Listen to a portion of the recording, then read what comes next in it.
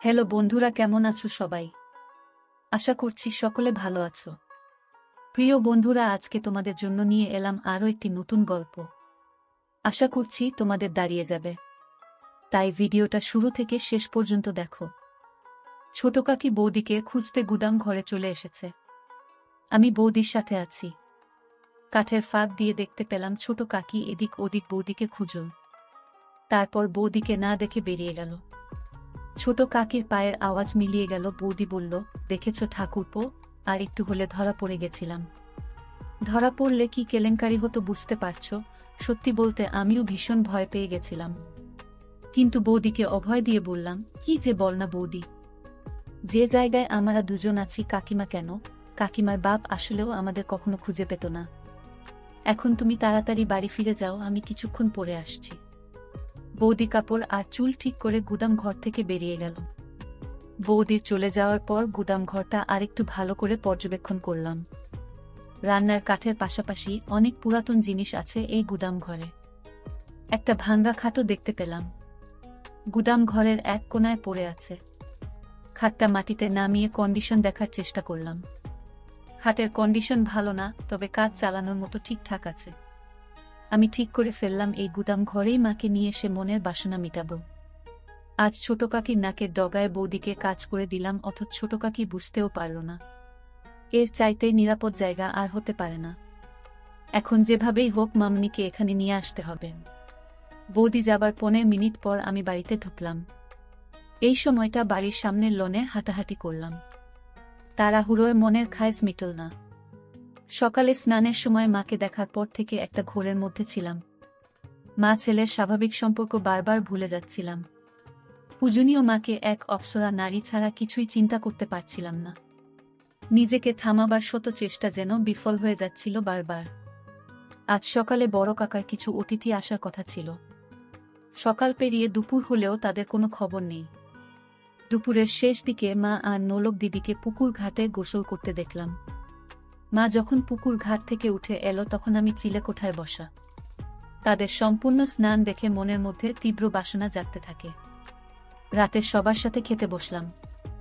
আমাদের খাওয়া মাঝামাঝি হলে শুনতে পাই কিছু অতিথি এসেছে। বড় কাকার যে বিজনেস পার্টনারদের আজ সকালে দেখা করার কথা ছিল, এরা হলেন তারা। এনারা সকালে এসে পৌঁছাতে পারেননি কারণ রাস্তায় নাকি গাড়ি খারাপ হয়ে যায়। সেটা ঠিক করে রওনা দিতে একটু দেরি হয়ে যায়, ফলে তারা গাজীপুরের জ্যামে আটকা পড়ে। কিন্তু অসময়ে আসায় বড় কাকা তাদের সাথে এখন বৈঠক করতে পারবেন না। তাদের জন্য আজ রাতে থাকা খাওয়ার ব্যবস্থা করতে বললেন। কাজ হবে সকালে। অনাকাঙ্ক্ষিত এই অতিথিদের থাকার ব্যবস্থা করতে গিয়ে একটা ঘর কম পড়ে গেল। ঠিক হলো আজ রাতের জন্য আমি অন্য কোনো ঘরে ঘুমাবো। আমি মনে মনে মামনি বা বৌদির সাথে ঘুমানোর প্রার্থনা করতে থাকলাম। কিন্তু শুনতে পাই মা আর আমাকে এক ঘরে থাকতে হবে। খাওয়া শেষ করে রাত কাঁচা থাকতে আমি ঘরে চলে গেলাম। নিজেকে স্বাভাবিক রাখার চেষ্টা করছিলাম। কোনোভাবেই নিজের ভেতর ওসব জাগতে দিতে চাচ্ছিলাম না। মায়ের সাথে আগে অনেক থেকেছি, ঘুমিয়েছি অনেক রাত, তবে আজ রাতের ব্যাপার আলাদা। জ্বরের রাতের পর থেকে কিছু একটা বদলে গেছে আমার ভেতরে। স্বাভাবিক সম্পর্ক চিন্তা করতে পারছি না কেন যেন। মা হাতের কাজ শেষ করে ঘন্টা খানেক পর ঘরে আসলো। আমি মোবাইল ঘাঁটছিলাম। মা এসে কাপড় নিয়ে বাথরুমে চলে গেল। কিছুক্ষণ পর একটা নতুন শাড়ি পরে বের হলো। মায়ের রূপ দেখে আমার নিজের উপর নিয়ন্ত্রণ রাখা আরো কঠিন হয়ে পড়ে। নিজের ভেতরের এক পাশবিক পুরুষ সত্তা জেগে উঠতে থাকে। সে সত্তা মায়ের রূপের মধু আমার চোখ দিয়ে নিংড়ে নিতে থাকে। সন্তান সত্তা আর পুরুষ সত্তার ভেতর এক যুদ্ধ চলতে থাকে। আমার হাতে মোবাইল দেখে মা বলল, রাত জেগে আর মোবাইলে ঘাঁটিস না, ঘুমিয়ে পড়ো। নতুন শাড়িতে মাকে অসম্ভব সুন্দরী লাগছিল। কিন্তু এ সময়ে শাড়ি বদলানোর কারণ বুঝতে না পেরে মাকে প্রশ্ন করি, এ সময় শাড়ি বদলাতে গেলে যে? আর বলিস না, তোর বড় কাকি থালা বাসন ধুতে গিয়ে শাড়িতে তরকারি ফেলে দিল। ওই শাড়ি তো আর পরে থাকতে পারি না। এই শাড়িতে তোমাকে অনেক সুন্দর লাগছে মা। ওমা, তাই নাকি? এটা তো অনেক পুরাতন শাড়ি। শাড়িটা কে পরেছে দেখতে হবে না? আমার মা তো বিশ্বের সেরা সুন্দরী। তোমাকে সব কাপড়েই সুন্দর লাগে। মা পাশে এসে বসল। আজ হঠাৎ মাকে এত সুন্দরী লাগছে কেন? কোনো মতলব আছে নাকি? মতলব আছে, এবং সেটা খুব ঘৃণিত। আমি পেটের কথা পেটে রেখে বললাম, কি মতলব থাকতে পারে তুমিই বলো। সেটা তুই ভালো জানিস বাপু। দেখি আমাকে শুতে দে। সারাদিন হাড়ভাঙ্গা খাটুনি গেছে। হ্যাঁ, সে তো হবেই। বাড়িতে যতজন লোক সবার জন্য রান্নার কাজ করতেই তো বেলা শেষ হয়ে যায়। চাকরের কি দরকার? নিজেরাই তো সব কাজ নিতে পারি। হ্যাঁ, তাই তো। বউগুলোকে বিনে পয়সায় চাকরের মতো খাটাতে পারলে তো কাকাদের লাভই। তুই কাকাদের উপর খেপলি কেন রে? খেপলাম কোথায়? তোমার পা টিপে দেব মা? ওমা, আমার ছেলের সুমতি হলো দেখছি। এই তুই সত্যি করে মতলবটা বলতো। আহ মা, তুমি তখন থেকে কি মতলব মতলব শুরু করলে বলো তো? বলা নেই কওয়া নেই আমাকে সুন্দরী বলছিস, হুট করে আমার সেবা করতে চাচ্ছিস। ব্যাপারটা কি?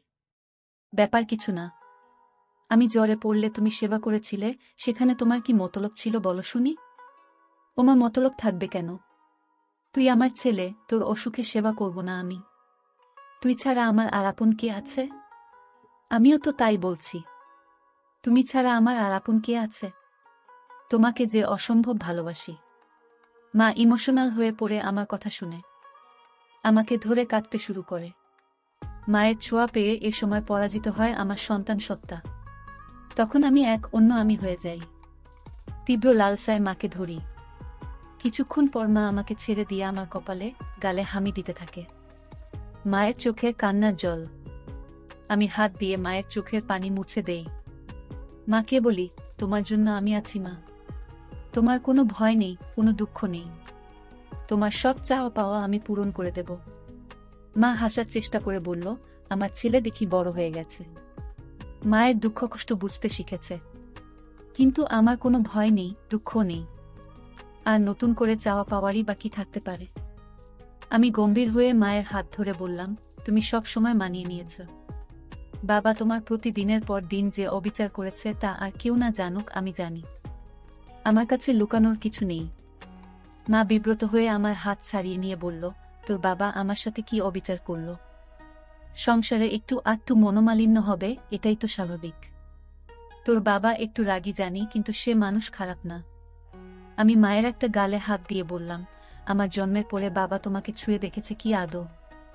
দিনের পর দিন তুমি বাবাকে পাবার জন্য বিছানায় ছটফট করতে, মা লজ্জা পেয়ে যায় আমার লাগামহীন নির্লজ্জ কথা শুনে। গাল থেকে আমার হাত ছটকা মেরে ছাড়িয়ে আমাকে ধমক দিয়ে বলে, কি সব আজেবাজে কথা বলছিস? তোর মুখে কি লাগাম নেই? মায়ের সাথে কিভাবে কথা বলতে হয় ভুলে গেছিস? আমি মায়ের দুই বাহু শক্ত করে ধরে মাকে বললাম, আজেবাজে কথা না মা। আমি যা বলছি তা এক বিন্দু মিথ্যা নয়। তুমি আমায় ছুঁয়ে বলো আমি ভুল বলছি। একথা বলে মায়ের একটা হাত আমার মাথায় রাখলাম। মা আমার মাথা থেকে হাত সরিয়ে নিয়ে বলল, তুই এসব কি শুরু করলি? আমি মায়ের হাত আবারও মাথায় নিয়ে এসে বললাম, আমার দিব্যি বলো আমি ভুল বলছি। মা মুখ নিচু করে চোখের জল ফেলতে থাকো। আমি মায়ের আরো কাছে এসে বসলাম। দু হাতে মায়ের গাল ধরে মায়ের মুখ উঁচু করলাম। মায়ের চোখের জল আঙ্গুল দিয়ে মুছে দিয়ে মায়ের কপালে হামি দিলাম। মায়ের কপালে আমার কপাল ঠেকিয়ে বললাম, আমি আর তোমার ছোট হিমেল নেই মা। আমি তোমার দুঃখ দূর করার মতো যথেষ্ট বড় হয়েছি। আমি তোমাকে আর কখনো বাবার অভাব বুঝতে দেব না। কথা দিলাম তোমাকে। মা আমার দিকে বিস্ময়ে তাকিয়ে বলল, তুই কি বলতে চাচ্ছিস? তোর বাবা কিসের অভাব রেখেছে? আর তুই বাবার কোনো অভাব পূরণ করবি? এই অভাব, বলে আমি একটা হামি দিলাম। মা ঘটনা আকস্মিকতায় স্তব্ধ হয়ে যায়। যখন বুঝতে পারে আমি কি করছি, তখন আমাকে দু হাতে ধাক্কা দিয়ে ঠেলে সরিয়ে দেয়। তুই এটা কি করলি? তুই কি জেনে বুঝে করছিস? তুই পাগল হয়ে গেছিস। মা তার চেহারা দু হাত দিয়ে ঢেকে কাঁদতে লাগলো।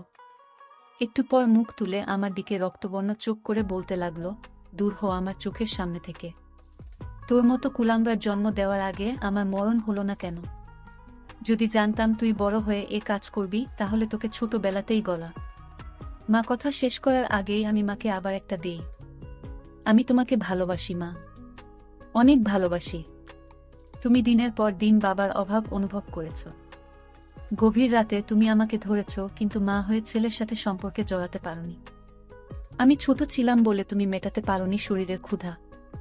মা আমার কথা শুনে বলে, তুই এসব কি বলছিস? আমি তো মা। মা হয়ে তোর সাথে এমন কাজ করার কল্পনাও করতে পারি না কখনো। মায়ের কানে মুখ রেখে বললাম, আমাদের মা ছেলে সম্পর্কের বাইরেও একটা পরিচয় আছে মা। আমি পুরুষ আর তুমি নারী। তুমি এতদিন নিজেকে সমত রেখেছ, নিজেকে সতী প্রমাণ করার চেষ্টা করেছ, কিন্তু কার জন্য? যে লোকটা তোমাকে মানুষ বলে গণ্য করে না তার জন্য।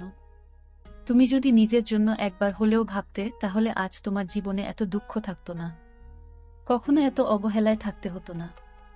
মা আমার বুকে মাথা লুকিয়ে বলতে থাকে, কিন্তু তুই আমার ছেলে, আমি কখনো এত বড় পাপ করতে পারবো না।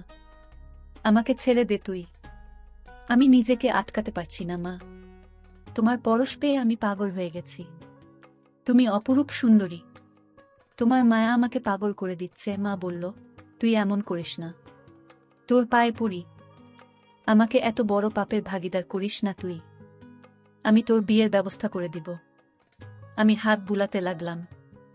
সমাজ সংসার ধর্মের ভয়ে এই নিষিদ্ধ সম্পর্কে জড়ানো থেকে মন প্রাণ দিয়ে নিজেকে আটকাতে চাইছে মা। কিন্তু আমি জানি দেহের ক্ষুধার কাছে মনের বাধা এক অনুপরিমাণ বাধা দিতে পারবে না।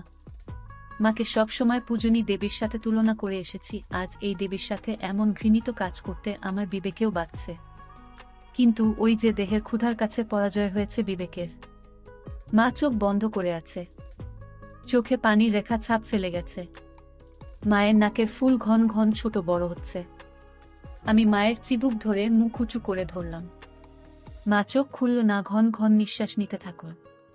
মায়ের বিছানার পাশের টেবিলে সিঁদুরের কৌটা দেখতে পেলাম। এক হাতে কৌটাটা তুলে নিলাম। কৌটা থেকে সিঁদুর নিয়ে মায়ের ফাঁকা সিথিতে পরিয়ে দিতেই মা চোখ খুলে ফেলে। হিমেল, বাবা তুই কি করছিস এসব? সিঁদুর পরিয়ে দিলি আমায়, আর কোনো সংকোচ নয় মা। তোমায় সিঁদুর পরিয়ে নিজের বউ করে নিলাম। সিঁদুর পরালেই কেউ বউ হয় না। সমাজের সামনে অগ্নিকে সাক্ষী করে ৭ পাক ঘুরতে হয়, আজীবন সাথে থাকার প্রতিজ্ঞা করতে হয়। তুই আমাকে নিয়ে যা করতে চাচ্ছিস সেটা পাপ। তোকে বাধা দেবার ক্ষমতা আমার নেই। এ পাপ তুই করিস না বাপ আমার। আমাকে আর অসতী করিস না। আমি শাড়ির আঁচল তুলে মায়ের মাথায় ঘুমটা দিয়ে দিলাম। মার চোখ অশ্রুতে টলটল করছে।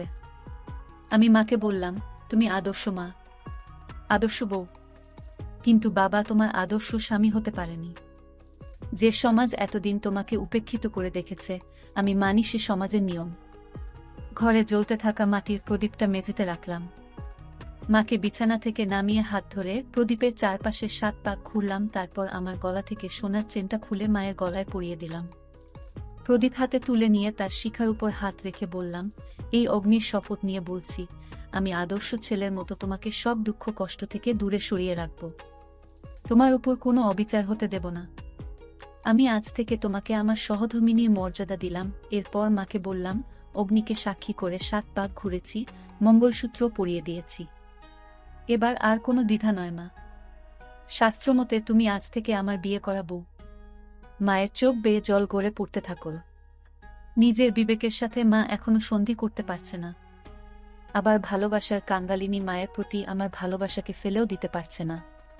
তারপর আমাদের মাঝে শুরু হলো আদিম যুদ্ধ। চেয়ে দেখি মায়ের চেহারায় পরিতৃপ্তির ছাপ। আমি মাকে জিজ্ঞাসা করলাম, কেমন লাগলো মা? মা আমার দিকে ক্ষণিক তাকিয়ে মুখ ঘুরিয়ে নেই। মা মুখ ঘুরিয়ে ফুপিয়ে কেঁদে ওঠে। তারপর এ আমি কি করলাম? হায় ভগবান, আমার সর্বনাশ হয়ে গেল। নিজের পেটের ছেলের কাছে ক্ষণিকের সুখের জন্য নিজেকে বেচে দিলাম।